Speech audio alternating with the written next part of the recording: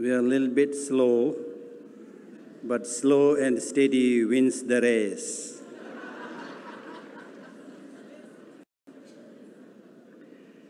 So I'm here to just say a few introductory remarks regarding this afternoon session, which is really the close into the world. And the presenters will be talking about the educator preparation support program, presentation of research assessment program, presentation on forms of partnerships and implementation model and so forth. So very, very interesting closing evening. Okay. So since I have 5 minutes, I want to say something about the C-learning.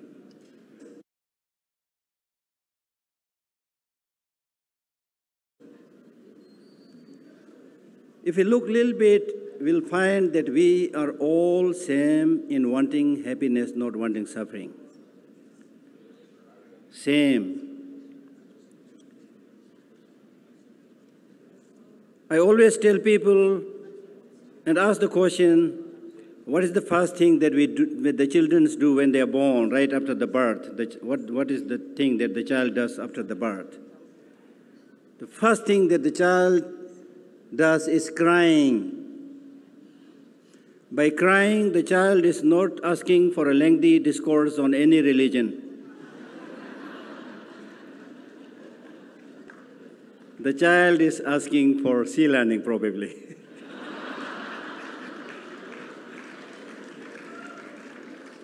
The child is asking for loving kindness, love from the mother and so forth, and that love also, interesting, the love also unconditional love, not the business love that we do when we are grown up, okay? Through this C-learning and other experiences, what we are really saying is, let us use more soft power than hard power. Soft power is power of culture, power of education. Hard power is power of gun, which His Holiness said is now outdated. Okay, so we should tell strongly to those people who are resorting to weapons that if you want to do outdated things, go ahead. You are behind the schedule. Okay? If you look at any culture, any civilization, the success and flourishment of that culture, that civilization is based on ethics. If you look at the law of the land of a particular country, which has different religions, different cultures, normally you find that law of land based more or less, whether they use the term or not, based on secular ethics. If you look at the charters of human rights, it's also, I think, secular ethics. So it's all there. So what we need to now know is education is not equal to reading, writing, and mathematics. Education is for human flourishment. Education is for personal development.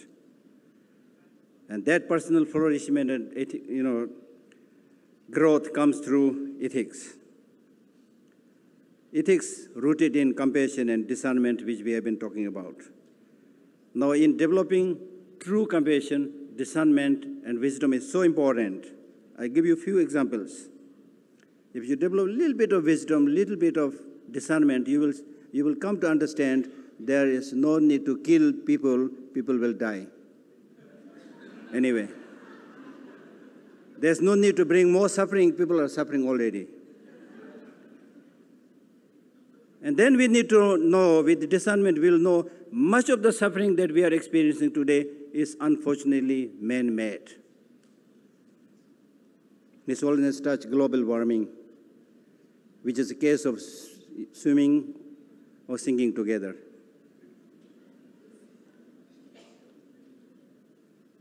So secular ethics is saying that just as we take care of our body, we need to take care of our mind. At the end of the day, mind is the boss, not the body. And much of the problem that we see in the world today is due to mental starvation, because you never given any food to the mind. You only cater to the body and cater to the senses. So secular ethics is saying the pleasure that you get through engaging your senses will not bring long-lasting happiness. Reflect back, contemplate, develop mindfulness, awareness, and discover the inner resources. The external resources have limitation. We are already seeing the limit of external resources. Internal resources reach, but unfortunately not explored. So let us explore the inner resources. This sea learning has been compared to drinking water. Religions are like coffee and tea. If you like coffee, wonderful, you take coffee, but it's not necessary that others should also take coffee. Depending upon your choice, your predisposition, you like coffee, okay, you like tea, okay. But without it, you can also survive. But without water, you won't survive. Number one, I'm trying to make a point here, okay?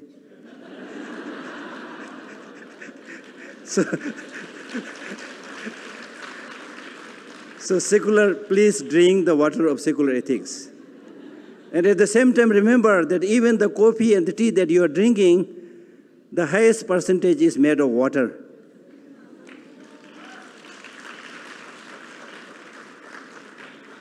Another point that I noticed during the discussion was people are still thinking, okay, this C-learning program, curriculum will be taught in the classroom, maybe in the colleges and so forth. So what about us, the elders? We don't have a role to play. Wrong, completely wrong. Because we need to practice that ethics right from today, how you use your water, whether you are contributing to the pollution of the air, and so many things. Share this wonderful news to others. So we all have to play the role to make the difference. So don't leave it to the educators or teachers.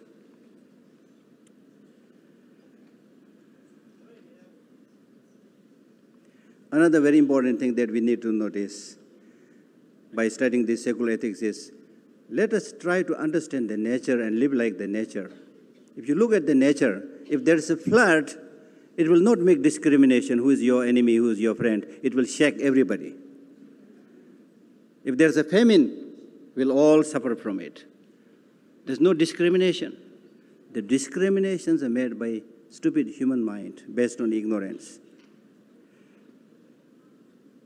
Therefore, let us go closer to the mind, especially discernment in intelligence. So I have not much time. I will conclude by saying that the problems that we are facing today is because we are unable to develop wisdom. The speed by which we are developing our wisdom is unable to equal the speed of science and technology. Thank you very much.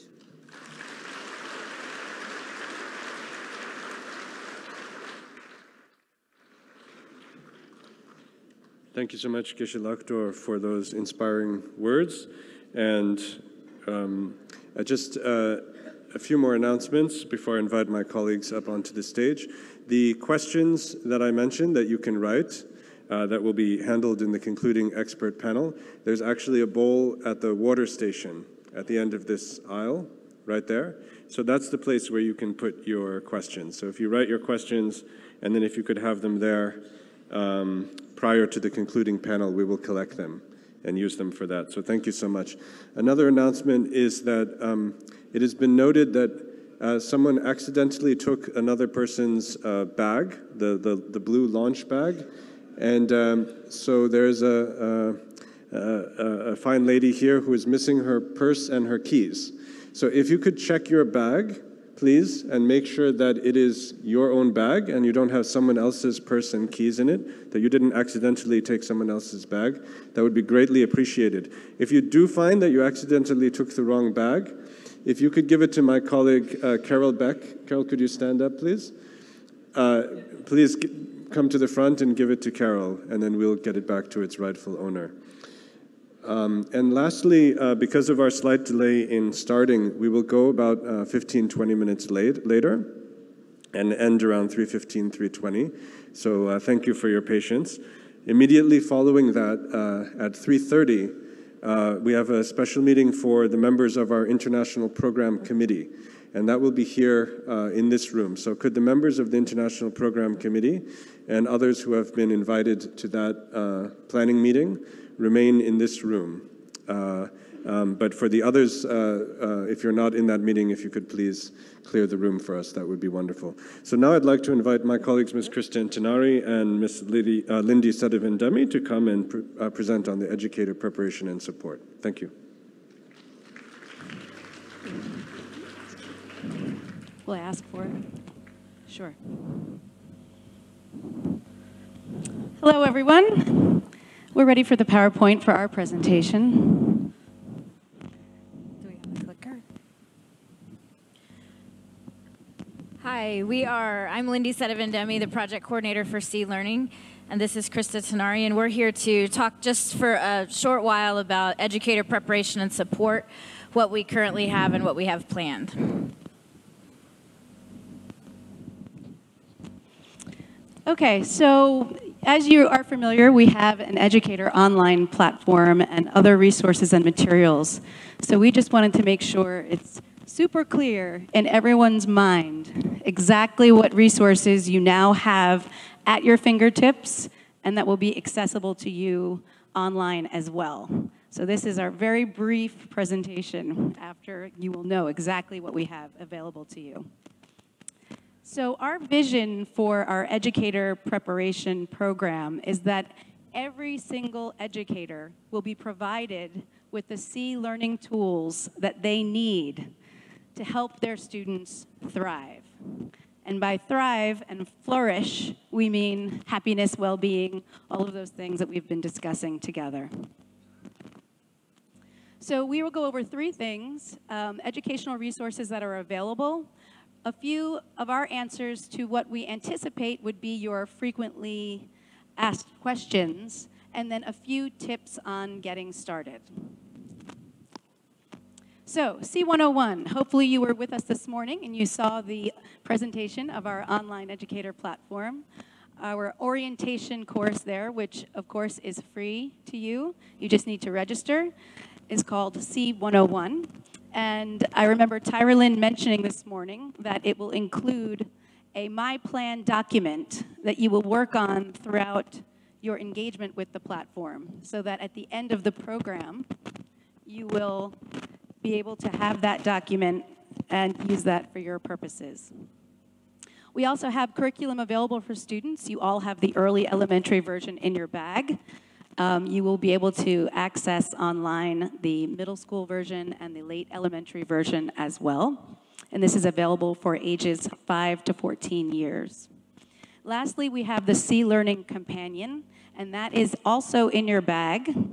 And it's this yellow book. And in that book is an implementation guide, which I will be going over a few parts of that with you. Okay, so how do we get started with C-Learning? The first step is to go onto the C101 course and take those the 6 to 8 hours to complete those 7 modules. And then after that, what you do could go in a variety of different directions.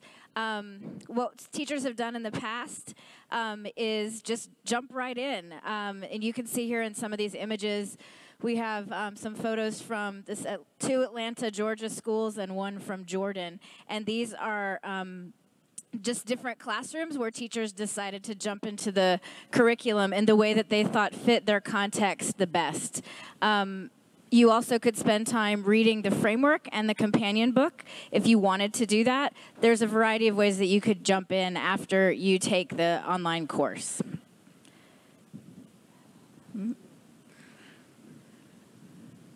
So C101, you heard about this earlier today. Just to be crystal clear, it's free and accessible to anyone. You can be, it's free to a classroom teacher, to an administrator, even a parent who wanted to check out what the program was all about is able to take the course. We anticipate it taking about 6 to 8 hours, done on your own time. And you, at the end of it, you would access the curriculum. And throughout, you'd access some videos and reflective practices and experiential activities, many of which mirror what is in the curriculum for kids. And then the My Plan document shows up in each module, so you can keep track of your own progress. Oh, and finally, which I think many of you received these copies at the break, there are currently three levels of curriculum that are available.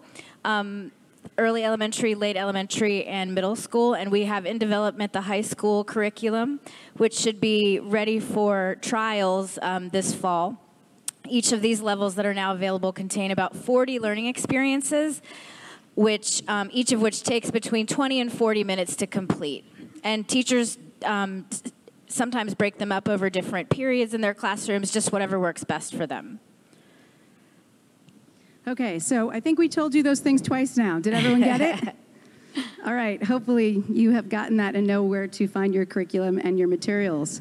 So I just briefly want to point your attention to the C-Learning Companion, which is that yellow book in your bag. And I want to point out that the implementation guide starts on page 84. And in that get started with the C-Learning program, as well as some other information about principles for creating a compassionate classroom. There's information in there about cultural context and changing the curriculum to make it really relevant to your group and your students. There's also some information there about the role of the C-Learning educator. So it reviews our expectations about yourself as a C-Learning educator and what that means. And what we really mean by it is that you become a facilitator of the process. So it is absolutely not necessary that you feel like you are an expert in the program before you begin teaching the program. I said it was not necessary. So you can get started with the program even if you feel that you're still becoming familiar and learning it yourself.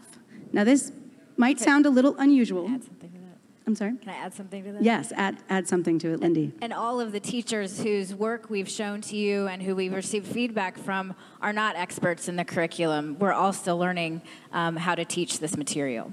Right.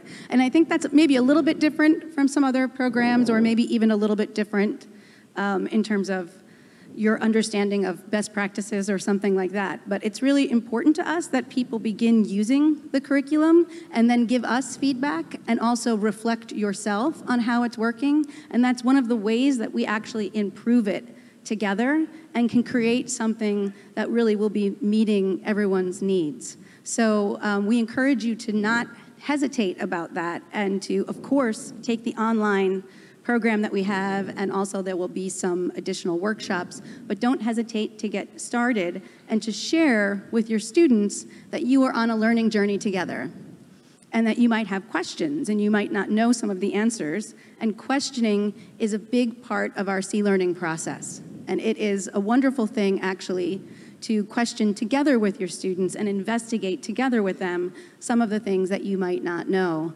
And that will actually enable you to have more of a constructivist approach and an inquiry approach and model the use of scientific thinking and investigation together, even with these other kinds of topics about our mind and our emotions. So please feel free to do that. And then lastly, a few pages into the guide, I believe it's on page 89, there's a section there that says how to get started if your time is very short. And we suggest a few key practices from the curriculum that you can pull out.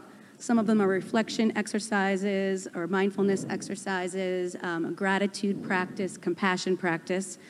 And you can use those practices however you like throughout your day if you're not able to do full lessons at first, but want to get started with C-learning in a smaller way to begin to get familiar with it and get your students familiar with it.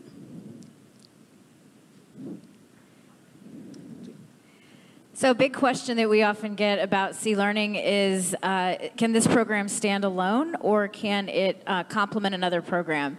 The quick and short answer is both. It can do both of those things. We have several examples from the field that are currently in operation. For example, some teachers that use C-Learning have a mandated SEL curriculum that they must use. These teachers who've chosen to also incorporate C-Learning have found other places in their day, maybe during circle time or during advisory or during other times where they can put C-Learning in. At the high school level, that's happening in academic classes where an English teacher or an art teacher brings in a C-Learning lesson and incorporates the academic content into the C-Learning work. We also have, as been mentioned yesterday, a couple different teachers that have standalone elective classes that kids who experience C-learning 4 to 5 days a week straight. And you heard from one of the student panelists yesterday who said she wished she had C-learning more often, but she only had it 1 day a week. We also have other teachers, and I'm one of them, who's teaching C-learning in an after-school program 1 day a week as well. So there's many different ways that you can bring C-learning to your students. Flexibility is key, and if you really want to bring it, you probably can find an opening that you can make that happen. So here's the implementation opportunities I just was speaking of. In some of the schools where C-learning is happening now, it's only happening in one classroom because there's a very motivated teacher who really wanted to bring that to her students.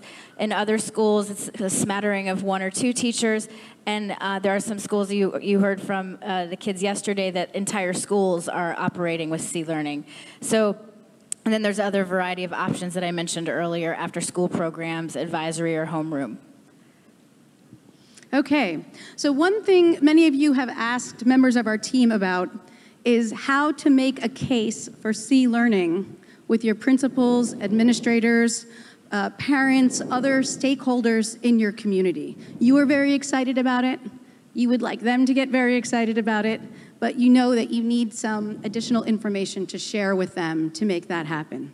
So these are a few of our suggestions, and we will be in the next probably few weeks making sure that we have additional resources online that you can access to help you with some of these suggestions here. Because our first one is to share evidence about how social emotional learning can impact students and benefit students in really positive ways. And we have research from the US and also internationally that we can place online for you to grab.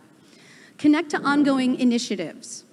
So it doesn't have to be the case that C-learning is the new thing that everyone will now do at your school. You can actually connect it to another initiative that your school already is doing and cares a great deal about. So the happiness curriculum is a great example where C-learning can be added to that and enhance that program and be very beneficial. Explain how C-learning meets the needs of your mission or your vision for your organization. So in what way does the principles of C-learning and the vision of C-learning itself fit with your organizational culture as it stands now? And hopefully there'll be ways that it does fit with it. And so an idea is to create a visual of your school's mission or goals or values, and then the C-learning components or principles of C-learning, just creating a visual for your administration to see how actually C-learning does fit with what you all are already trying to do. And then what you want to do is you want to present a plan to get started. So even if it's just a preliminary plan with some ideas, come with a proposal that suggests how you and other people that you've gathered together might be able to support the initiative and get the initiative started. So instead of going and saying, here, we want you to do this, and thinking that someone else will figure it out or respond to that in some way, see if you can gather together a group of interested people and come up with your own plans that you can present and then discuss that with the group of people you would like to convince to bring C-learning. And also, finally, see if you can get a few teachers demonstrating some of the C-learning lessons, either with students or adults, even if you haven't used the full curriculum, so they can get a taste for it and begin to see how interesting it is and what results it might bring. Okay, so in the future, we will also be planning to build out our online platform and have more courses you can take there. We will also be continuing to do some face-to-face workshops. However, we have a limited capacity, as you know, because we're a smaller group of people. So we are right now conceiving of the ways that we might offer regional events or other types of workshops that will serve the need that exists. It is our hope, though, that we have regional networks developing and that we can train groups of people who can then provide training in their own region and area. And that way, we will continue to spread the learning and the growth, all of us together. Okay. So let Lindy describe the ways that we can stay connected, and So- this will be the last part. Yeah, and finally, this is just the different ways that we can stay connected. There's the email address, the general email address at clearning@emory.edu. We're on Facebook, Instagram, and a little bit on Twitter. And also, you could sign up for the newsletter, which is down here at the bottom, and it's helpful if you sign yourself up for it, so it doesn't look like we're spamming you. So. If you could, it's tinyurl.com/c-newsletter, and that should take you to just a really short sign-up form. Yes, if you have any questions or would like to post anything, please feel free to do that, and we'll get in touch with you as soon as we can. Thank you. Thank you.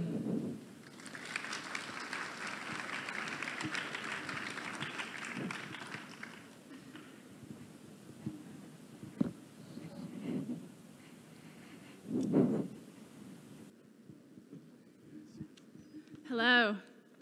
Thank you so much for staying with us. I'm going to talk a little bit about research and assessment as soon as I get the PowerPoint up.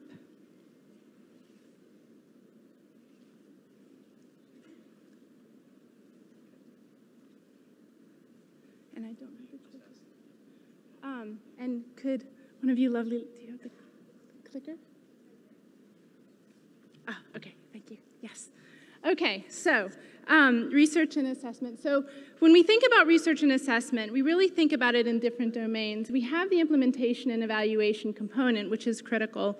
We also have concept development, which my colleague Tenzin Sanam is going to talk a bit more about. And we have our global partnerships. And C-learning research really sits at the intersection of these three domains. Now, implementation. We all want to jump into student assessment because we really care about what's happening for the students. But we really need to take a measured approach and try to understand that there is a process, okay? And so when we think about implementation and the process, these are 4 questions that we want to ask ourselves. Is the program being delivered as it is designed? Does the program design need to be changed or modified in any way? Is the program reaching the people it was designed to reach? And does the program impact the outcomes it was designed to impact? When we think through the process of implementation through the lens of these different questions, we're not just focusing on student outcomes, we're also focusing on things that lead up to bringing C into the classroom. And this is really critical because we want to make sure that what we're doing as far as training and preparation is actually allowing us to see the maximum effectiveness of the program itself on our students. Now, when we look at implementation science, it can be very, we can take a staged approach, but this isn't always an approach that is either linear or circular. It's often recursive, it's often iterative, and it often takes a lot of different processing and time components. What we did is we used 2 different models when we thought about our implementation approach. We thought through what the National Institutes of Health, their staged model recommends, and we also looked at the Centers for Disease Control and Prevention and how they approach implementation science with their international partners, particularly with regards to children's programs. And so what we came up with is this process, and I want you to remember the words that Lindy and Krista just talked about, because this is the implementation process. Please do not look at this and say, oh, I cannot bring this into my classroom. If you're interested in research, if you're interested in implementation and evaluation at this level, it is a process that you want to go through and that we want to be in conversation with. But I don't want it to scare you off and not bring it into your classroom. But for those who engage with local interests and needs, we want to talk about translations and if you have the capacity for that. We want to talk about partnerships, who is going to be doing what, and do we need to make any adaptations, and what are the deliverables that you are interested in. We want to talk a little bit about data management and capacity. For those who may not be interested in research output, sort of publications and things that traditionally we think about as research, but you're interested in a very stepwise and controlled evaluation process. We want to talk about what your plan is. And if you are interested in research, we need to be mindful of any sort of ethical review processes that need to be considered. At Emory University, if you partner with us, we do have an ethical review board. And so there's a process through which we have to go through that board and do particular types of planning so that we can move forward with the research in an ethical way. And then, of course, we want to move towards piloting and any amendments and going through the training process, all before we get to this student assessment. So when we think about evaluation, evaluation comes at all of these different levels. It's not just about what we see with the students in the classroom, but there are processes that we have to go through, okay, before we get there if we want to see maximum effectiveness. And I just wanted to show you that this is also a recursive and iterative process, and all of this information feeds into, this is what our process chart looks like, so that we can move from this very highly evidence-informed program to a very strong evidence-based. This includes qualitative work, quantitative work, mixed methods. It includes theory development, process evaluation, all of these different components. And so we welcome all of you who are interested to join us within this process. So now I'm going to invite my colleague, Tenzin Sanam, to come up and talk a little bit about concept development.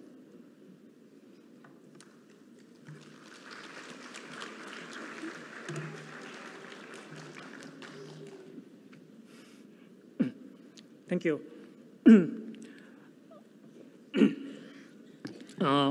As Taryn mentioned, that we want to move from an evidence-based to an evidence-informed to an evidence-based program. I want to talk about the concept development that is essential component of our C-learning research to increase its reach and effectiveness. The concept development is an integral part of our implementation and evaluation process, and also related to our global partnership. So we think of concept development in terms of three aspects: alignment, concepts, and context. Although I'll be talking about these three things independently, they are all interrelated.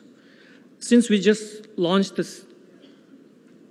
C-learning, in order to create awareness and mobilize adoption of C-learning internationally, there are things we can start doing now.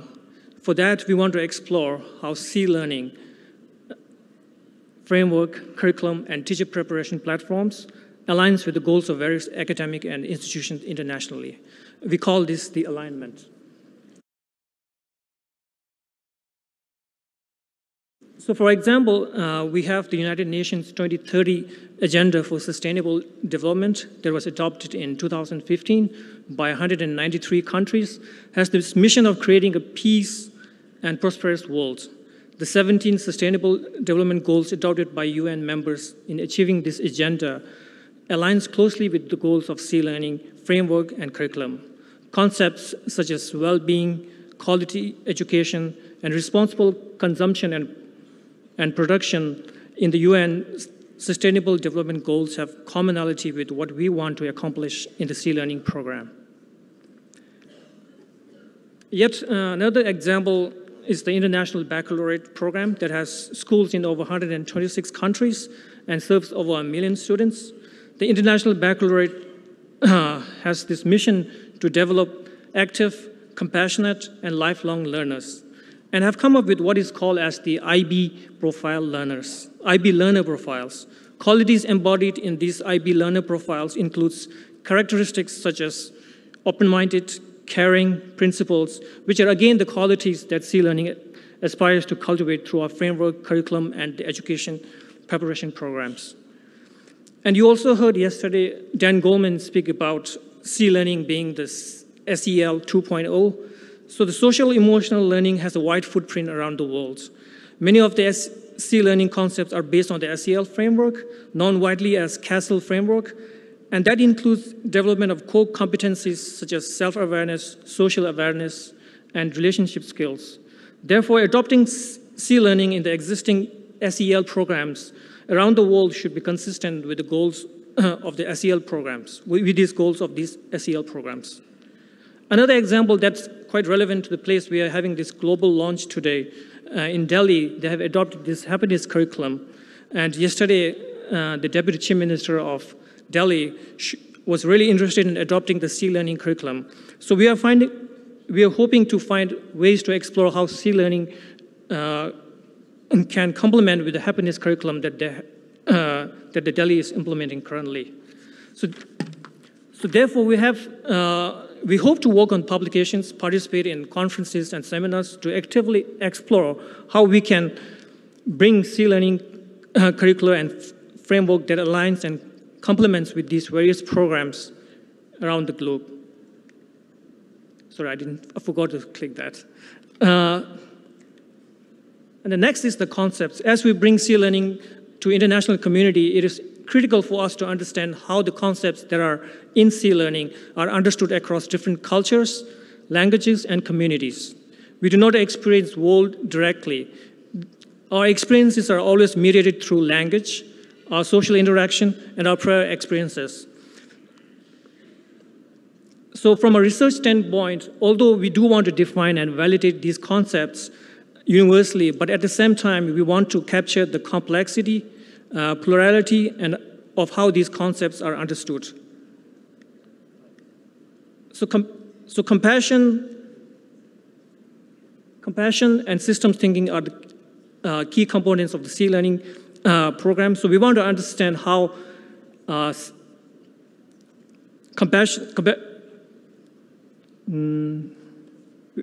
we want to understand how children embody the concepts such as compassion as they are developing, and also the systems thinking. We want to understand how we can create this compassionate system thinking can be embodied in children, and how we can pedagogically teach these concepts.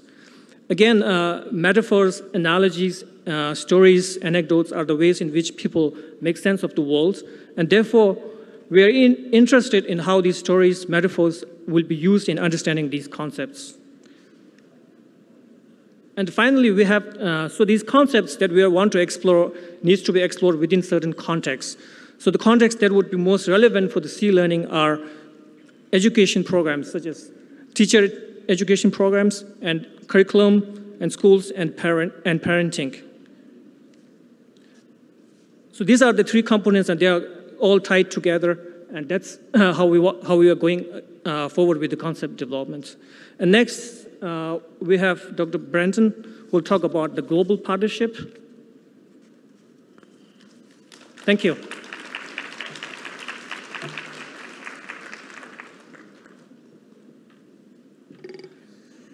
Thank you so much, Tyra Lynn and Tenzin, for those presentations. Unfortunately, as you might have noticed in our morning session, our executive director, Dr. Losang Tenzin Negi, is just recovering from some health issues, so he's a little bit tired. So he's resting at the moment and won't be able to join us for this presentation. But I'd like to now just say a few words about our global partnerships. So what is... oh, yes. Thank you. Yeah, it's the same presentation.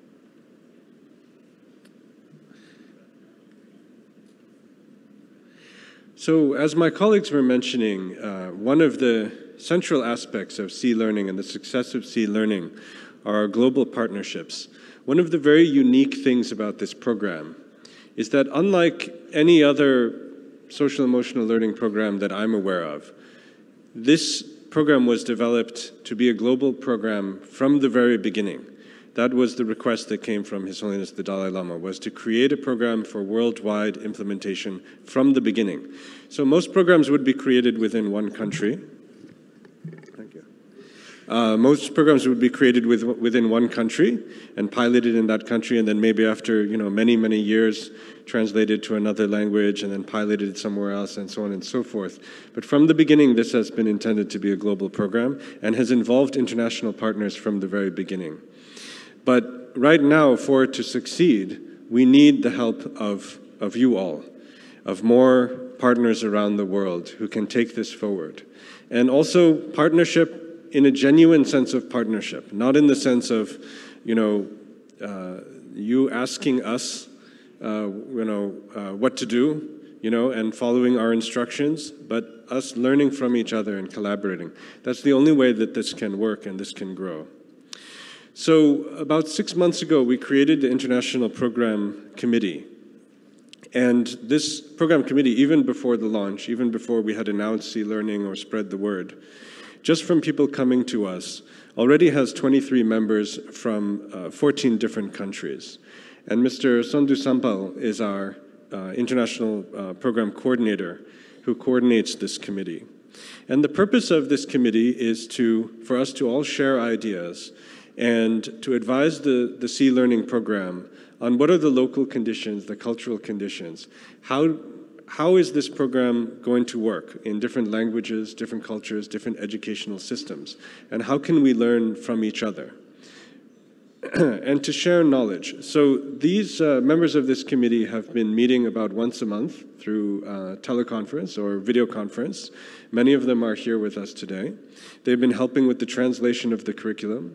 They've been testing things out in their schools. They've been helping us think about research and develop a research program. And this has been incredibly invaluable work. Now, the size of this committee could grow exponentially now that we've actually launched the program. So we could easily add, even just from the conversations that we've been having today and yesterday, another 70, 100, 200 people to this committee. That would make it untenable. So what we're trying to do now going forward is facilitate the creation of regional networks. So on their own accord, two of our colleagues organized a meeting just 2 days ago of European partners. There were some 35 people at that meeting representing countries all across Europe. So this European network is slowly starting to develop. We have colleagues in South America who have been contacting each other, and through the help of one of our colleagues there, Mr. Tsewang Punsok, they are starting to develop a network there. And just last evening, we had a meeting with about 70 Indian educators working in different organizations. And it seems like, perhaps there will be an Indian network also evolving. But what we need is more of these networks, people working together and working with us in the establishment of this. So we encourage you to take the initiative and explore the establishment of these networks for the exploration and promotion of C-Learning. Another aspect of these networks and these committees is research. So many of our international partners are very interested in research and assessment, and this is crucial to the success of the program. So as we know, increasingly, policymakers and education leaders are looking at research and assessment in their decisions. If you want to get the program into schools or into school districts, they're always going to wonder what the evidence base is for this. So we also have research subcommittees that are emerging. And we heard a bit from Tyra Lin and Tenzin Sonam about the research program, a broad research program. I should also mention that a few people were asking about the slides that they were using. So we will try to create a version of that and then place that on the online platform so that you can see all the slides, see the whole implementation framework and our emerging research framework as well. We are interested in, as you already heard, both qualitative and quantitative research. We have collaborators who are interested in anthropological and ethnographic research, and we promote all of this and are very happy to do interdisciplinary research in this way. In addition to implementing C-Learning as it is, using the curriculum materials that we have, the teacher training materials we have, and so forth, there's also the possibility of being a C-Learning affiliated program. So if you already have your program, you already have some materials, but you see there are things that are valuable in C-Learning that you'd like to use, you're very welcome to contact us and create a relationship in which you become an official C-Learning affiliated program. So you don't have to you can continue to do all the things that you're doing and just partner with us in that way. So we have those two options. We also have memoranda of understanding. that we have been signing with international partners, as well as partners within the United States, where we are based. We don't sign memoranda of understanding with individuals, but with organizations that are making a commitment to bring sea learning into their region. So if you're interested in that, feel free to be in contact with us. Although, as I mentioned, we're increasingly moving more towards this network model. So what I'd also like to say, and you've been hearing this in different ways, is that what we've tried to do is create a resource, you can say. We have been blessed with a great number of experts in developmental psychology and trauma and resilience, systems thinking, social and emotional learning, peace education, and we have tried to take all of this knowledge and put it together in a comprehensive framework and also developmentally appropriate curricula. But when it comes to implementation, there is not one standard implementation model that's going to work in the entire world. There's too much diversity in the world. So what we are asking you to do is to take this resource that we've developed, take the online platform, and explore it in your local context. Feel fully authorized to do that. It's not necessary to just wait for us, to instruct you what to do. This program was created for the world. And that's the great vision of His Holiness the Dalai Lama. I would say even in the beginning when we started, we used to have very long debates about how to handle the issue of teacher preparation. So on the one hand, we had some people saying we need very intensive teacher preparation. It's very important. The teacher is the most important person. If the teacher doesn't understand compassion, doesn't understand empathy, doesn't model compassion and empathy, there's no way this can work. And on the other end of the scale, we had people saying, you have to create a teacher-proof curriculum, so that no matter how bad the teacher is, the kids are getting something. So make it teacher-proof, So these are completely, opposing views in terms of how you handle the issue of teacher preparation. But this is an empirical question. So what happened was, as we created the materials, they went out to the 600 educators, and they started testing them. And I'm being told to stop. So, so what happened was, and you've seen some examples of that Aspen High School asked us to come out and do an additional training. We couldn't do that. Our partners in Jordan, Yasmin Muna, who you heard from, said, can we have a training? We weren't able to do that. So out of necessity, they started using the program themselves. And what they found was this incredible thing, that they were having great experiences with the students. And that might not always be the case. But out of necessity, they took that step, they took the initiative, and they tried it out. So, and through that, they started to discover on their own what might work from their local context. And so the purpose of these international networks is that we learn from each other, but we will only learn from each other if we actually go and try it for ourselves. So we very much encourage you to do that. So thank you so much. We're going to now transition to the question and answer panel. So I'd like to invite the experts who will serve on that panel to come to the stage at this point. Thank you.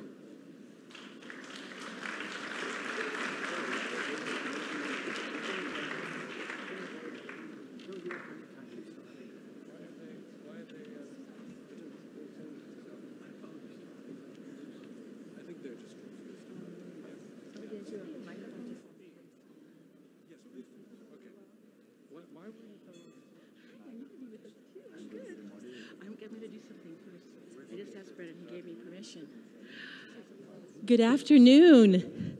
It's sometimes hard to listen and sit because didn't we eat well? Did you have a good lunch? I had a really good lunch as well. So I'm going to invite anyone who'd like to stand. So, and because one of the things that we haven't done, and also I'm going to invite people to sing. So do we have some singers in the group? Oh, we must have a few singers. So I'm sure, oh, look I'm getting more people to stand than I've said singing. Okay. So I'm hoping that many of you will know this song because I think this is so essential. I've heard His Holiness say one of the things that we look for is happiness, and there's happiness all around us, and there's also happiness in a song that I think some of you may know. So I'm going to start it,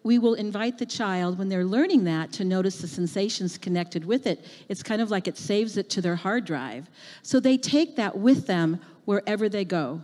So I think the continued practice, and I think this is one of the questions that came up yesterday too, that to continue it from grade level to grade level, because the more that you continue to remind them, again, it's what we said yesterday about the neurons that fire together, wire together. The more that we give them conditions in the classroom to help their well-being, the more they can translate it not only into their home, but into their community.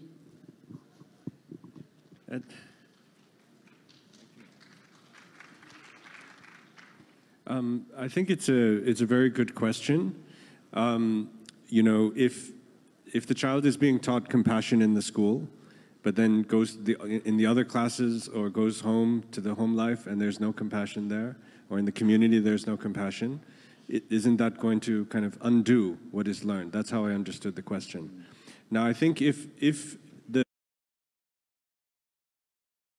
it's wrong to lie, it's wrong to steal, you know, you must do this, and it's just kind of a faith-based or belief-based approach, just someone telling you something, then that could easily happen. You know, you're told, you know, it's wrong to lie, but then you go, you know, you see other people lying and nobody seems to mind, and other people are saying, oh, you should lie and everything, you become influenced, right? But C-learning is not that type of program. It's based on personal experience and reason and critical inquiry. This is what His Holiness the Dalai Lama has been emphasizing. So it's not just someone saying don't lie because, you know, we told you so. It's about investigating. What does it feel like in your body? You know, what did it feel like? What was the experience like, you know, when you're telling the truth and you trust somebody, right? What does it feel like when you lied and then someone found out you lied? How did that feel like? You know, which would you rather have? And what would happen in our society if in our relationships if we were all lying to each other instead of telling the truth, right? So when someone gains conviction on the basis of their own experience and reason, it's very difficult to undo that conviction. So earlier we heard, you know, 2 + 2 = 4. If you learn 2 + 2 = 4, and then you understand that through experience and through reason, and you become convinced of that, you know, then there's so much to verify that in your world. Then you go among a community and they say, well, 2 + 2 = 12. You will not be convinced, oh, you know, oh, I guess I was wrong, 2 + 2 = 12. You'll say, oh, I feel sorry for those people. They don't know that 2 + 2 = you know, 4. In a similar way, someone who has conviction in these things might go to a community where everybody is lying and stealing and doing other things, and they would just say, oh, I feel sorry, because they don't understand the negative impact of what this is happening. And we have many examples of children already learning these skills and then going and teaching adults and helping adults when they don't see. You know, they feel sorry for the adult. Oh, you don't understand. You're stressed. That's why you're angry now. That's why you're doing this. But let me help you. We had an example this morning asking questions about the car, and so influencing adults as well.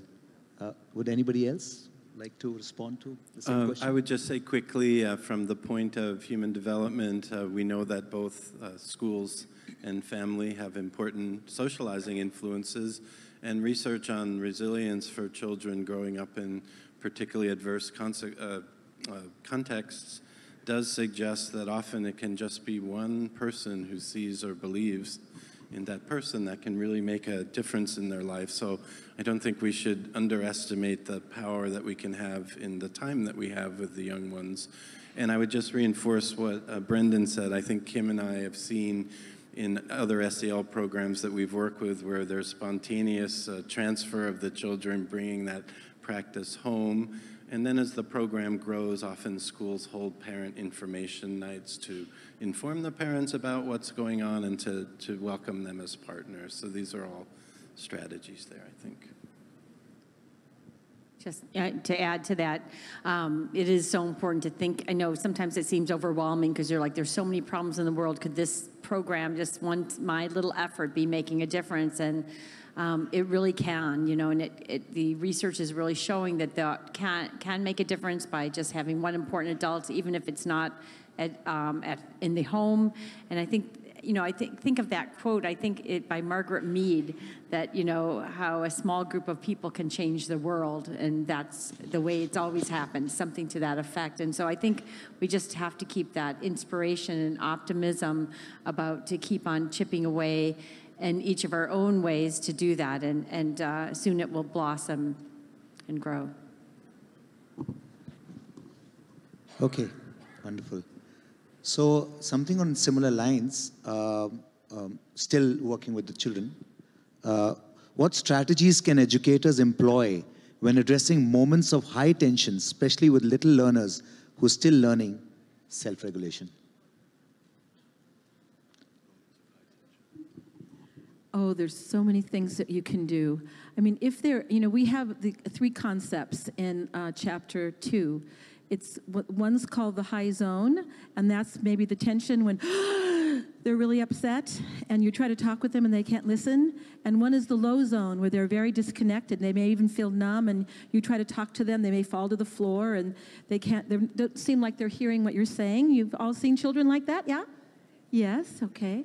And then there's the okay zone, the resilient zone, where they're back to their better self. So when they're if they're way in the high zone, any one of the help now strategies can sometimes be very helpful. I mean, sometimes talking to them at that point, because their prefrontal cortex may be offline, is not the best thing to do. So it may be giving them a glass of water. It may be saying, oh, maybe we can just touch if they're on the floor, can you touch the carpet? Is it rough? Is it cold? What's the temperature? Because when you do those things, it starts to help them, if they're in the high zone, down-regulate to get back into the okay zone, or up-regulate to get back into the okay zone. And that's the amazing thing about the Help Now strategies. If they're in the high or low zone, they help them get back into the okay zone. Should we go with the next question? Or anybody else wants to respond? Okay, here's an interesting one. Given traditional conditioning of boys to disconnect from their emotions as weak, irrational, and devalued by their association as feminine, where in the C learning curriculum is there scope to address gender conditioning explicitly? It seems as if gender is not addressed, patriarchal conditioning will often undo whatever is taught via C learning. I can address the question of whether it's explicitly addressed in the curriculum, and then defer to my colleagues on the wider issues. Although there is a section in the curriculum that deals with diversity, what do we have in common, and what ways are we different? Now, this is a place where educators, if they're particularly interested in this issue, could go deep into this issue. So, we created, there's so many different types of diversity and so many contexts. So we created this in an open-ended way so you can take it in different directions. If you ask where is it already explicitly about gender, the answer is no, it's not there, because it was designed to be an open category. But I would like to say, a general note about the curriculum is that the curriculum as it's written is a starting point, it's not the end point. So I think it allows you, a structure to go forward, and then you can take it and develop this further. I would also, in some of the earlier work we did in compassion training, we worked with foster children, and we worked with boy classes and girl classes, and classes of boys and girls. And I recall one time some of these, one of the boys saying, here we talk about love and compassion and everything. When I leave this classroom, I can't tell anybody what we talk about here, because it just sounds, it's just too against the culture. But so what that told me is that if the space is a safe space there, and trust is built up among the students and with the teacher, it's amazing the depth that can come out, despite all these stereotypes that are there in society. I don't know, Rob, Kim, if you... Yes, I totally agree. And I think, from a developmental standpoint, so there's a couple of things. One is to really start early. This is one thing why doing this, particularly in the early years, to start, and even though you have these different grade levels, the idea would be to start when they're really young, so it just becomes a way of speaking about emotions, and even if it's not sanctioned by the larger society, they still are, that's how you change the society, is by starting and being able to do that. And it's also interesting of the socialization, so for example, I know of some work in the area of empathy Whereas when you give a measure, a self-report measure of empathy to males and females or boys and girls, guess who scores higher? And measures of empathy. I'm asking you, like, who scores higher? Females, girls. But when you do a physiological measure of empathy through heart rate, by looking at heart rate and show kind of an empathy-inducing film, there are no gender differences. So I guess it's just to say that we really all have that capacity, and even though there might be things against that, talking about emotions, the way to, it's so critical for successful development, to develop an emotional language, to be able to speak. It just helps develop social emotional competence and well-being and all of that. So I guess just, yeah, continue to do it.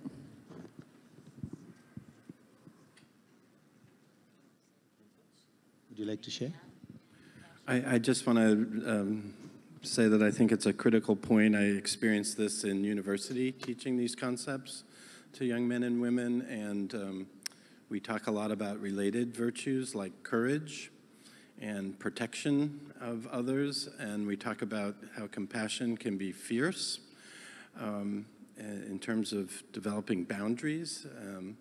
And so I do think, I'm not an expert on the curriculum, but I do think attending to the relationship of the way we language and think about this to prevailing gender roles is absolutely essential. I think hypermasculinity is the unspoken problem in many of our societies, driving many of the problems in the United States, things like police violence and the like. If you actually look at the research, it's because oftentimes police officers feel their masculinity is being threatened. So I think starting early, giving language, showing the value of both being vulnerable and strong in relationships, these are all really critical and potentially transformative sites for a curriculum like this. Ellie, do you want to say?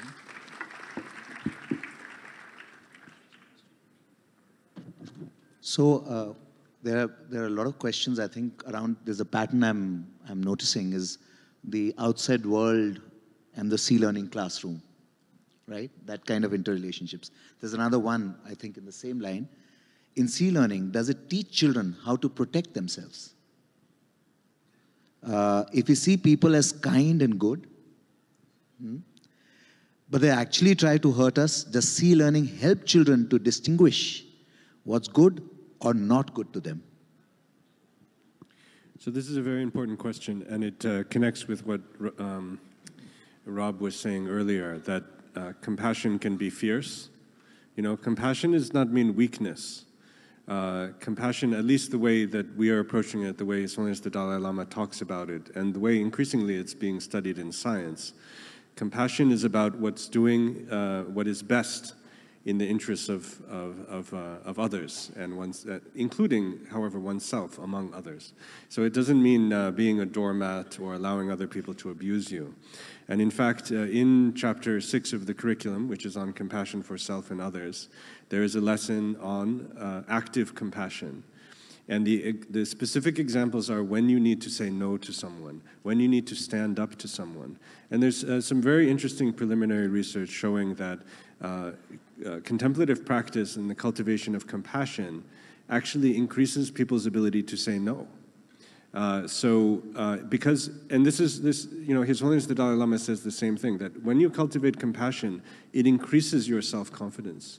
It increases, you know, that sense of agency.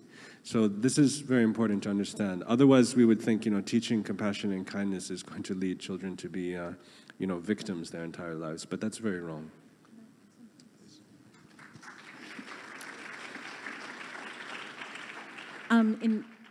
The other part is that we help children learn to trust their sensations and to learn about sensations.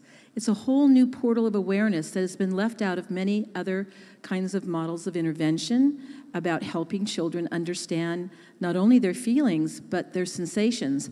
I'm just going to ask you all a question. Have you ever had a gut feeling and you overrode it and you regretted it? Look at that, I see that all over, yes. And so we're trying to help children understand that gut feeling, that really is something to pay attention to. And even if someone's coming towards you and they're being manipulative, in terms of, oh, here's some candy, and the child's feeling, this is not right, although they have a smile on their face. Their sensory system may have a response, even though they may have been even socialized to be polite to someone. So that whole portal of sensation and information that the children are now gathering to also help guide them really also helps protect them.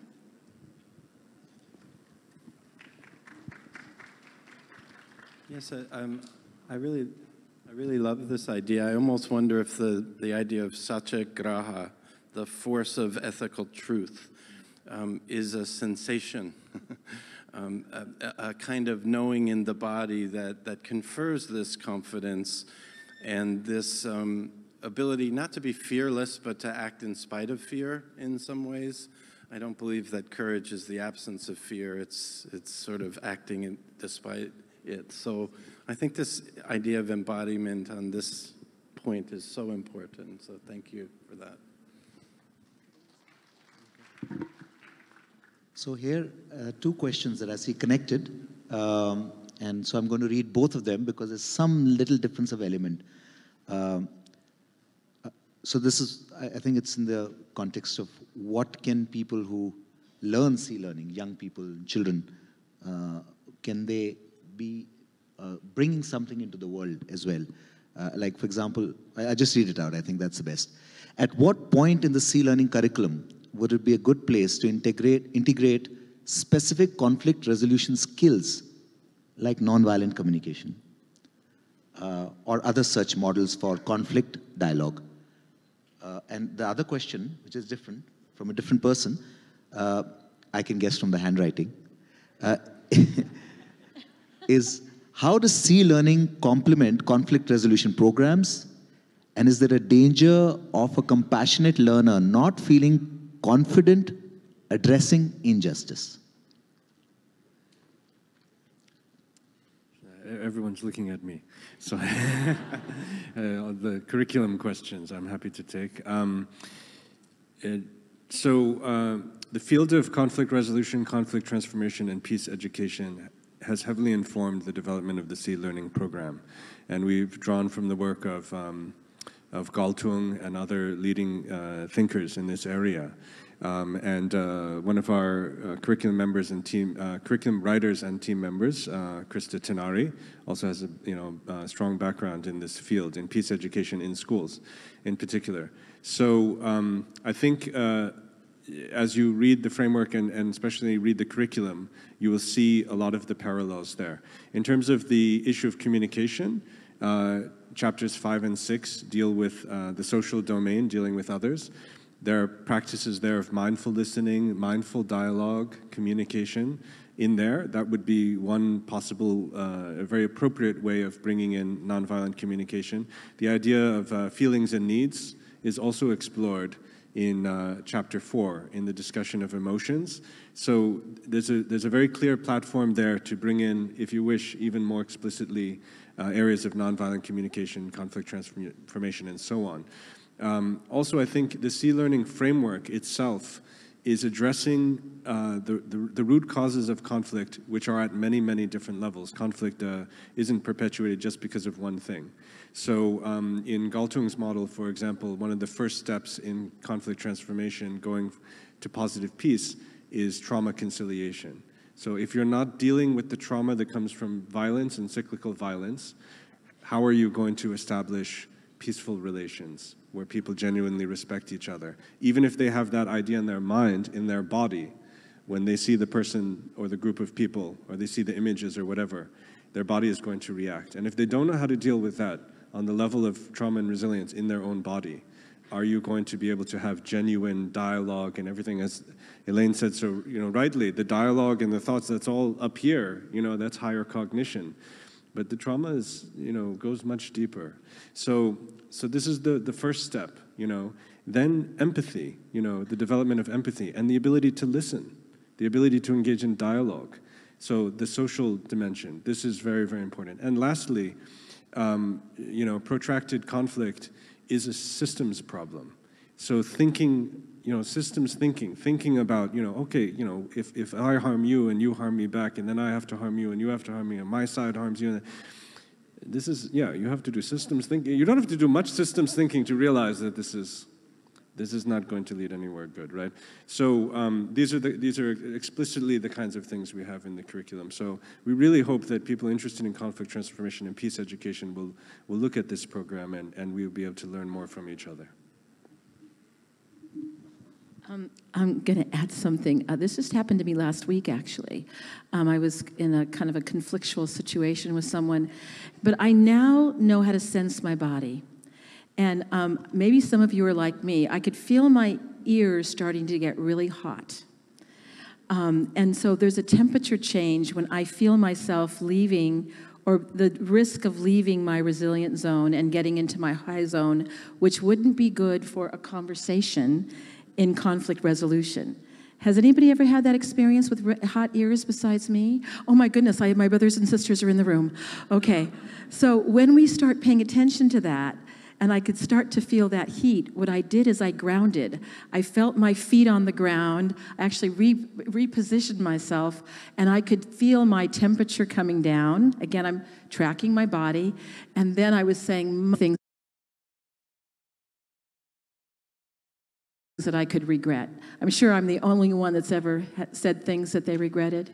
No, I'm sure I have people that have had that experience too. So it's really important that we have that in such a basic way for the children to start learning how to track their body, even with a temperature change, to think, oh, maybe this is a time that I might ground.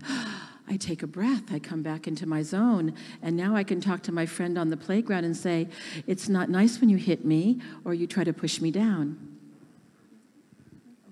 These are very simple and seem so powerful.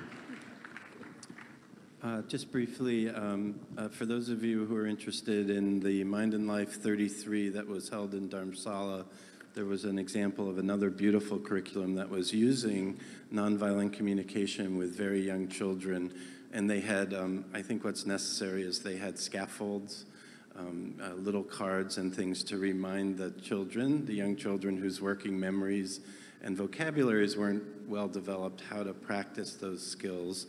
And just to sort of reiterate what's been said, we know that the ability to label sensations and emotions with words is what confers a psychological distance, an ability to sort of stand back from and work with that experience. And so the value of developing a vocabulary for what one is sensing and feeling in conflict situations or stressful situations is actually fundamental to developing self-regulation or emotion regulation. So words, giving words turns out to be such a key predicate to doing the kind of complex conflict resolution that we're hearing about. Any other? So I'm going to change track a little bit. I think there's some questions around the way the C-Learning program has been conceived, right? And some of the practices in the program itself. So I thought there's some interesting questions.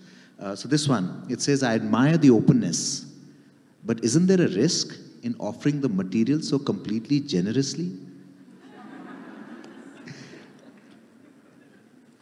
At everybody's disposal, that it might get distorted?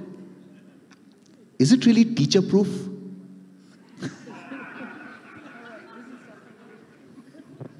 Now Brendan is on the hot seat. I don't know, I don't think, yeah, I mean, my personal, none of us in our team like the term teacher-proof, and I don't think anything is teacher-proof. I think teachers are very important. Yes, shout out to all the teachers. You know, perhaps after being a parent, the most important job that we have on this planet is that of teachers. So, is there a risk? You know, I mean, quite honestly, in our team, early on, you know, we created the material and we were a little bit careful about who we shared it with and the copies. I mean, this is the way of our society. This is what you do, right? You create something and you don't just give it to everybody. But of course, we were asked to create this for His Holiness the Dalai Lama. We created the first version of the program, which was called Secular Ethics in Education, about 3.5 to 4 years ago. Some of the people using the program were using this earlier version. This was sent to the Office of His Holiness the Dalai Lama. He gave it to an institution in Dharamsala called the Library of Tibetan Works and Archives, asked them to start printing off copies, and just gave it, everyone he met, he gave it to them. He met President Obama, you know, gave it. So this was just going everywhere around the world. So then schools are contacting us. I mean, even recently, so for the past 3 years, schools and people just contact us and say, oh, you know, we just ended up with this book. And I also got a copy, by the way. So, and we didn't want to give you a copy, specifically. I didn't know you. So, I don't feel like any harm happened. In fact, many good things happened. Many good things happened because of that. So, His Holiness is a very forward thinker. You know, this program is innovative in many different ways, and that's one of them. So we will see, but I think we have more trust now from our experience. I think the other exciting thing about the openness of it is the generativity that will come from it. Just from some of the teachers I've spoken to and some of the things that they've created that have come out of the program have been unbelievably creative that I hadn't seen it anywhere in the curriculum, but they generated. So I like to look at it from the other perspective of, because it is free, because you have given them permission to contextualize it, that wow, we're going to see some pretty creative things from all over the world. And many of you are sitting here right now. Yeah, look at that. I would like to defer to Kim, because she has a lot of, you know, we don't want to give the impression that implementation is not important. And actually we stress that. So even though the program is free, the proper implementation of the program is still, I think, what would be most valuable, if you agree. Yeah, so I like that consideration of the idea, do no harm. I mean, we really want to go forward with the curriculum. And I will tell you that the science on at least mindfulness practice with children, it's not really clear of the benefits or the risks, you know, so we don't have the strong science there. It's still an emerging research. I think the idea that teachers will now be scaffolded to be able to have the online training. And if you've noticed that the online training, that you actually can't download the program until you actually have gone through the training. And that's in a way to really make sure people have the skills and capacities to do that. But I'd say a couple of different things. One, I think that, and this will be part of those learning communities, how critical it is to have people working together and talking with each other and having a community of practice and going back and like, I tried this, but the kids all groaned and nobody wanted to do anything, or they were all restless, and someone would say, you know, I had that too, but once I tried it for a while longer, it really worked. You just have to hang in there. So teachers talking to teachers who, for that. And I think the other thing to really keep in mind, I mean, this implementation and support is most teachers, almost the majority, have not had anything in their teacher preparation on social and emotional learning.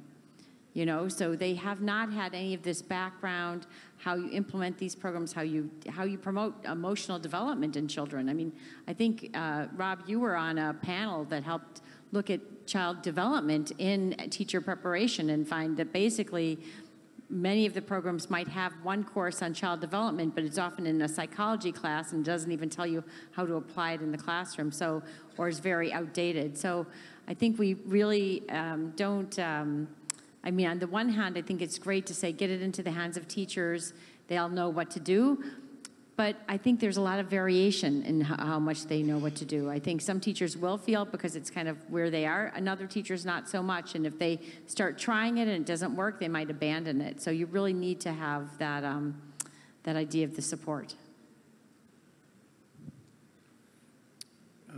Yeah, if I could just reiterate, I think there's a learning with that goes on here, and I think our own development is essential to the success of C learning as educators.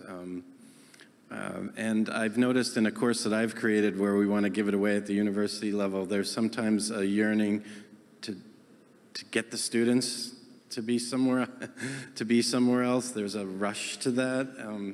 And so I don't think we can reiterate enough the importance of our own practice and development and learning with as the important crucible for this being a real success, in addition to the creativity and the generosity that comes from this large crowdsourcing of C learning. There's a pretty strong responsibility on the part of us adults to create the conditions where those seeds can really take root and flower. So I just think that's an important take-home message here.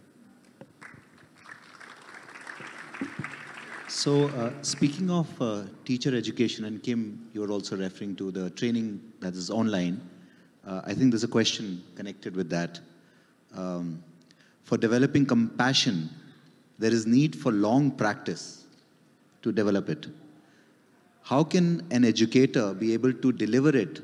How can an educator deliver it without developing it in self?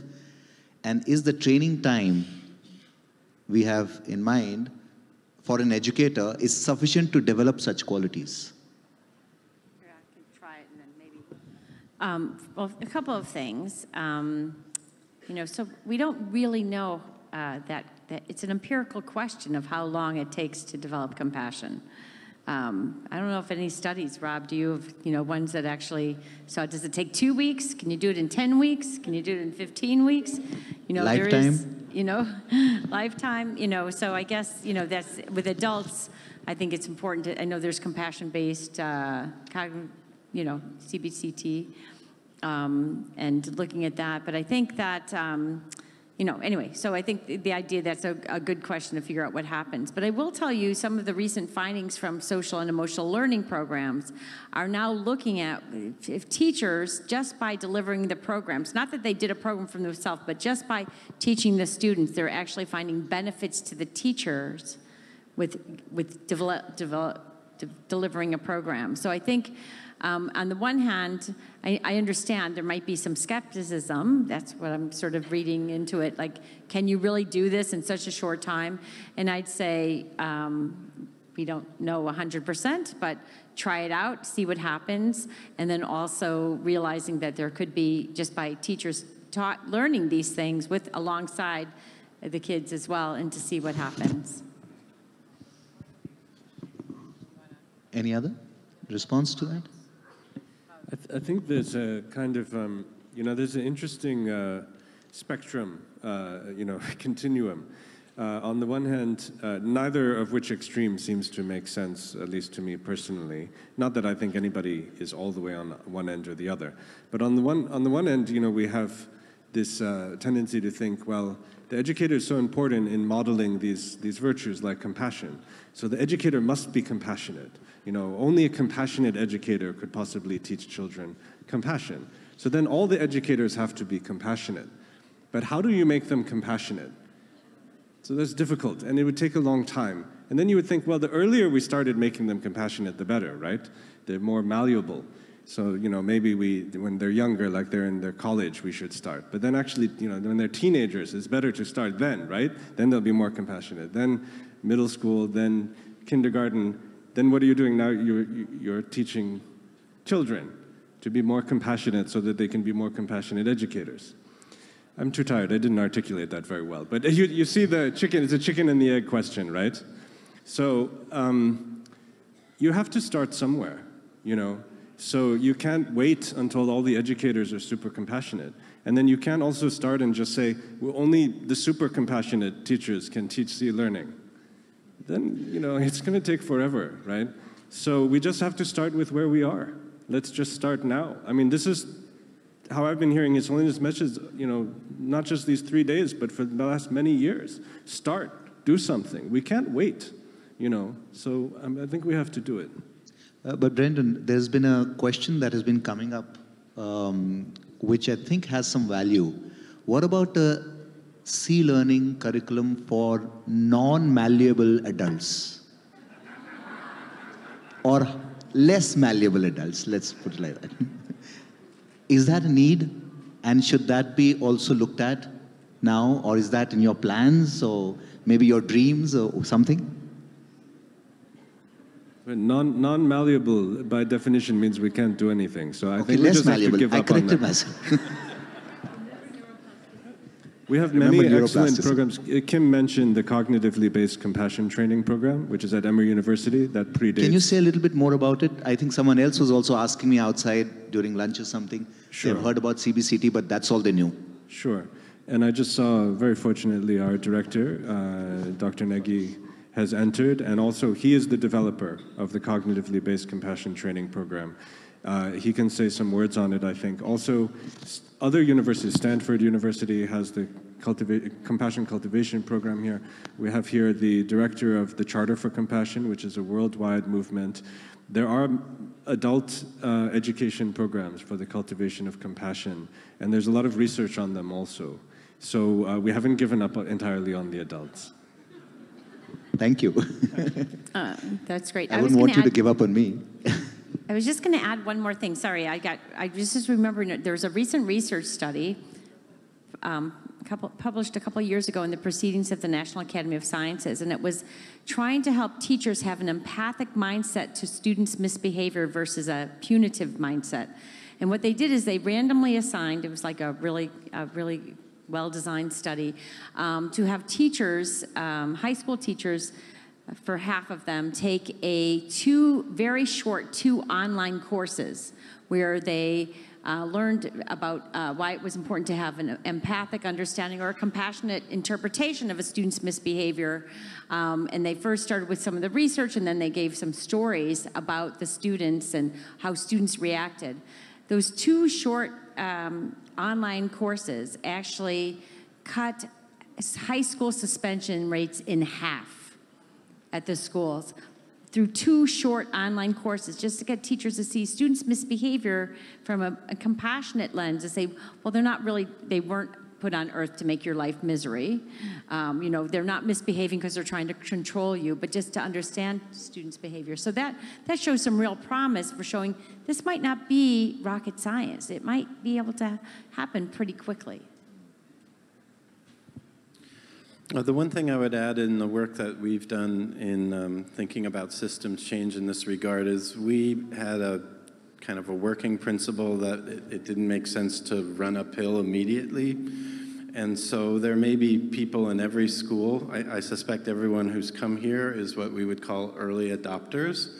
And these are you're the trailblazers. And sometimes in schools I've worked in, we start small, and then people become more interested as they see this. And so having a realistic timeline and thinking about starting with a group that's very enthusiastic and interested, rather than starting with the resistors, which means you're going to be running uphill initially, and that's always hard, may be a useful way to think about how to disseminate this even within a single school or a district. Just finding, we had a principle always, one person plus yourself plus at least one person, that you needed to have a friend who really believed in this, or a principal should always have one other person who can help them navigate and make a path. And then others will come if it's showing benefit, has been our experience. So I see Geshe-la is here, and we are running out of time, but there's one question. I think we've not covered this area at all. Actually, two questions together. I'm just going to read them out. They're both about assessment of the impact of C-learning in the children. This is what I sense from it. So the first question, I'll read both questions, and they're both connected. I think you could answer together. What assessment methods are best suited for C-learning? Self-assessment, peer assessment, assessment by teachers? That's A part of the same question. And what should assessment hope to achieve? Example, surely not end of term or end of year tests or grades, right? But the other question is a little more sort of radical, I would say. Why do we need to assess C-learning? It says psychological functions have not received attention due to our obsession with measurement and making psychology a science. My fear is that C-learning evaluation will dilute the curriculum, content, and practice.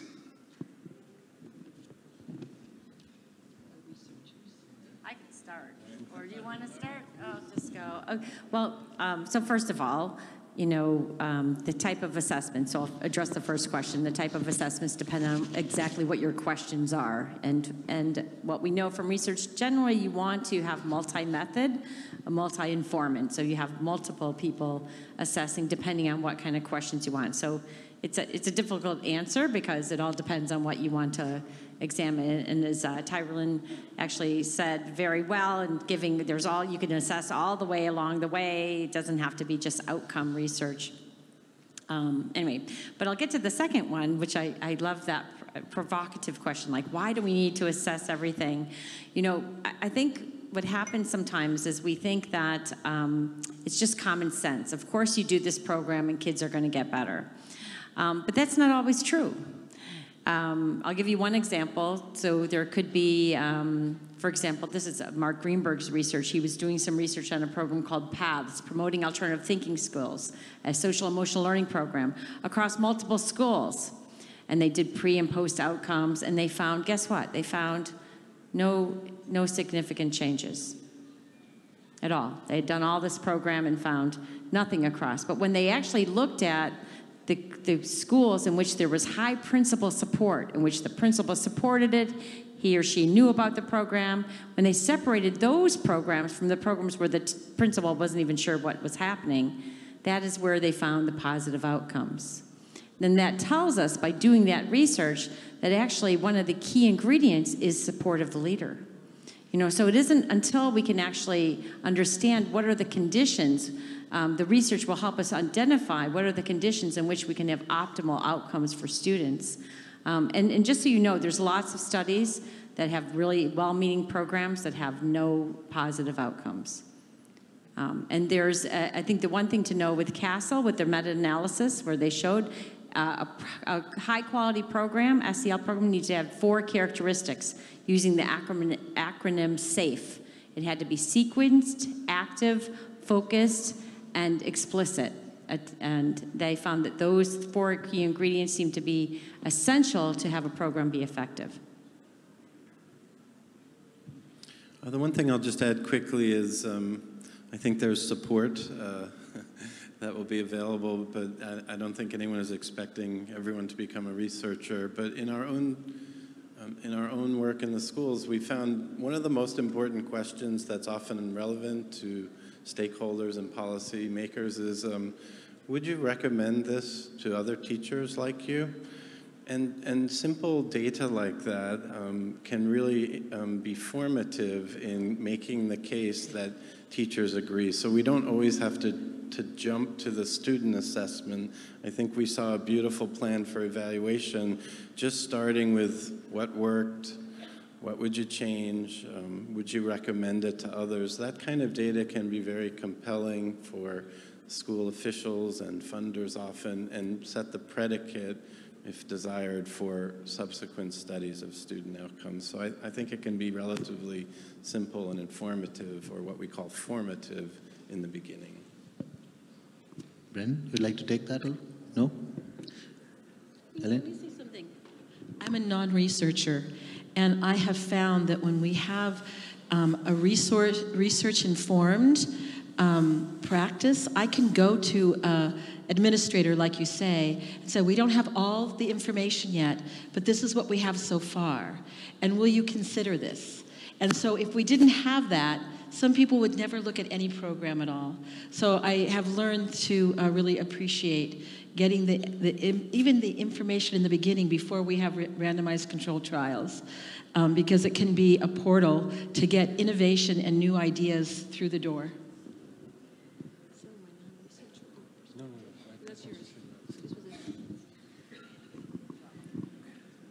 Yeah, I'd just say, I mean, as my colleagues have already said very well, I mean, assessment can be many, many different things. It doesn't just have to be reductive and outcome assessments and so on. If you don't assess your program, how are you going to know how to improve it?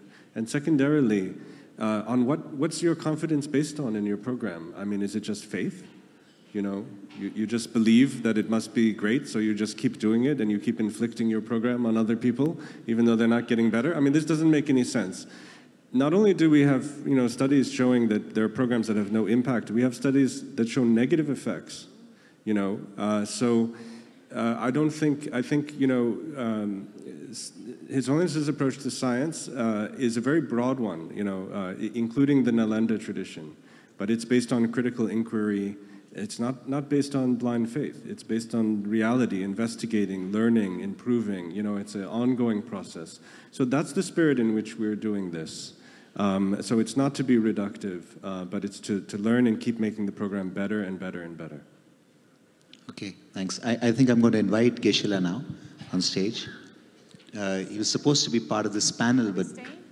oh yeah, there's another chair. So, you only listened to the last part of it because I was constantly checking for you and I suddenly saw you there and I wasn't seeing you for a while. So, based on the questions that kind of came up, would you like to sum it up or something else you'd like to say? I mean, you're free to we'll have you as the closing remarks. Thank you very much. I'm so sorry that I wasn't able to take part in this expert panel session. For that matter, all the afternoon sessions today and yesterday. As you have heard, that I've not been feeling well, and so I had to be really watchful of my health, and that was the reason. But all the wonderful panelists that we have here today, yesterday, I'm sure that they have done an incredible job. So I want to thank all of you.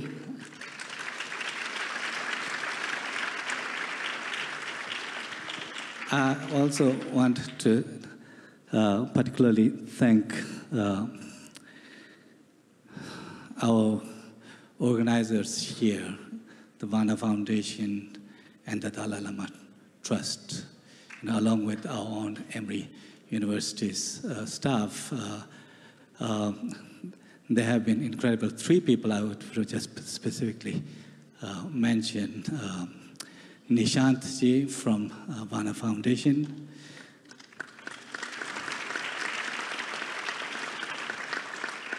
Kumatempa Seringla from the Dalai Lama Trust. And Carol Beck from Emory University.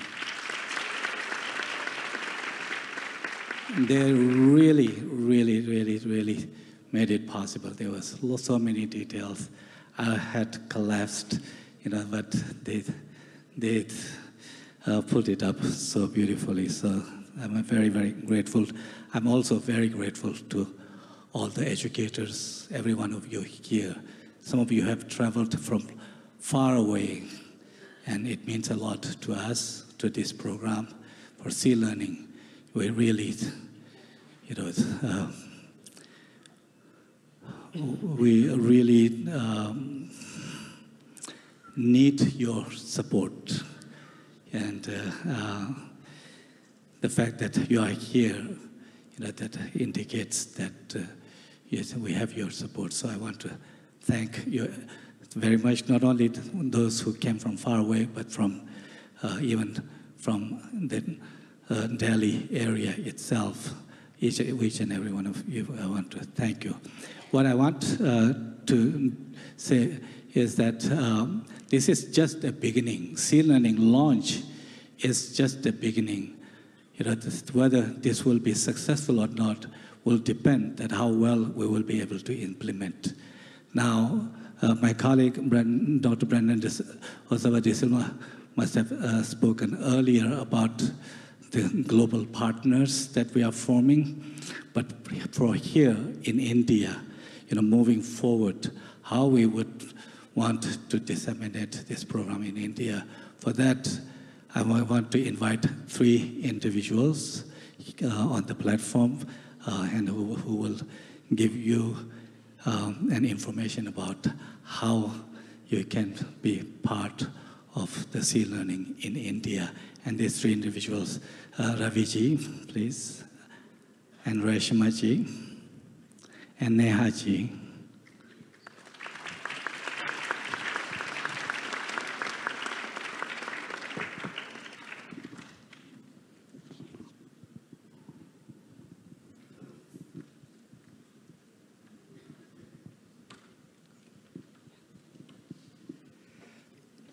We won't take too long. And incidentally, Brendan, my father reminded me yesterday that almost 3 years ago to the date, him and I had gone to Dharamsala for a meeting with His Holiness on a totally different subject, and we got one of those books. So that's how I found out about sea learning. So obviously those books helped. Actually, we just very gently wanted to announce that we have an intention to form a body here in India, either a trust or a society, to help facilitate sea in India.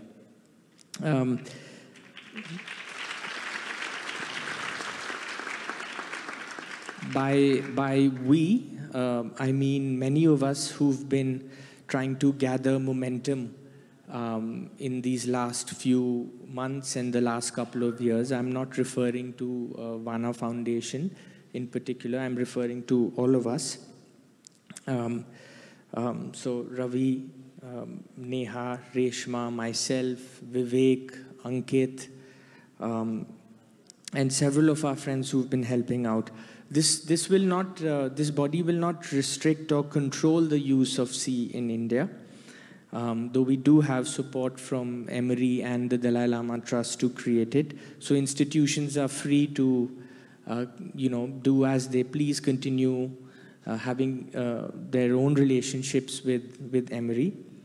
But for those that do want help, do want facilitation, we hope to be able to provide it in some way.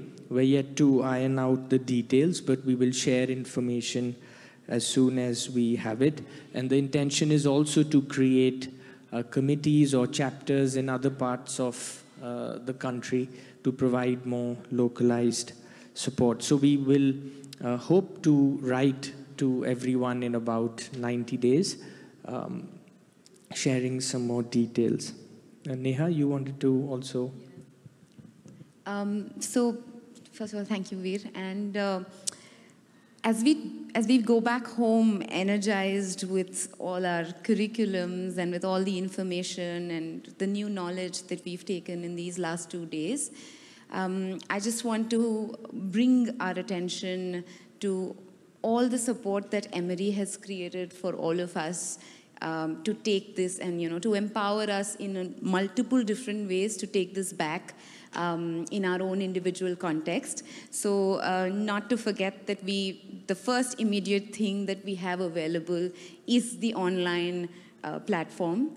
I would invite and encourage each one of us to go back and do that, because I was doing that right away, and I realized that maybe we hadn't shared the link of the online platform, and I quickly ran up to one of the staff members and said, can you please give me the link, because I really want to see that right away. So just for all of us to know, the link is sealearning.emory.edu, which is sealearning.emory.edu. And I would just request each one of us to go back as anybody who's interested in taking sea learning forward to do that. And as Veer mentioned, there will be other channels for us to engage offline, as all of us to get together in our own regional context. Thank you.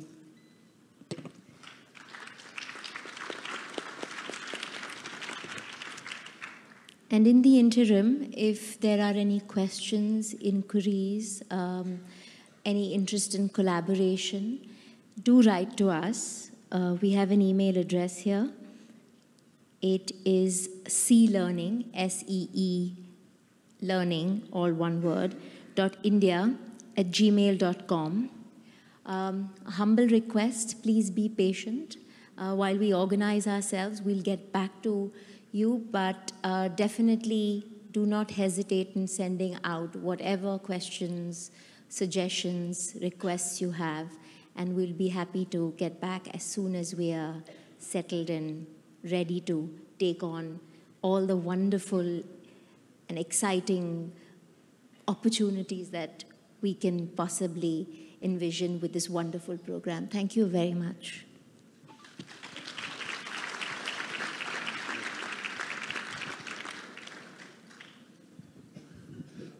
So before we invite Nishanji for the formal vote of thanks, I just wanted to remind ourselves that this program for educating heart and mind, the C learning, the educating heart and mind, is really the vision of His Holiness the Dalai Lama for the whole world, to benefit only the world.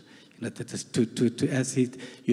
we have heard this morning how urgent he sees that, you know, the values, the basic human values, they need to be promoted.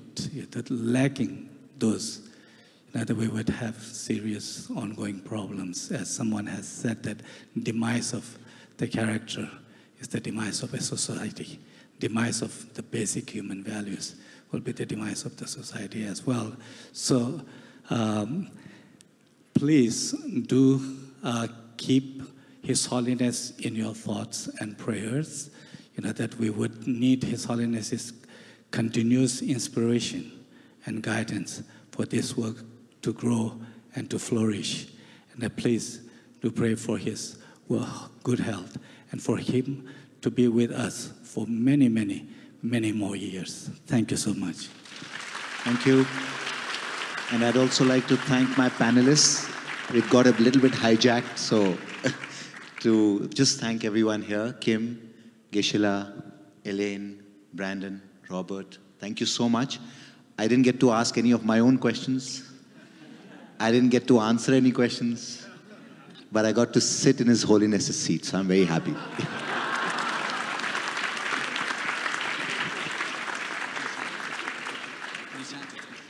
Oh, I think we keep sitting. Oh, I'm happy.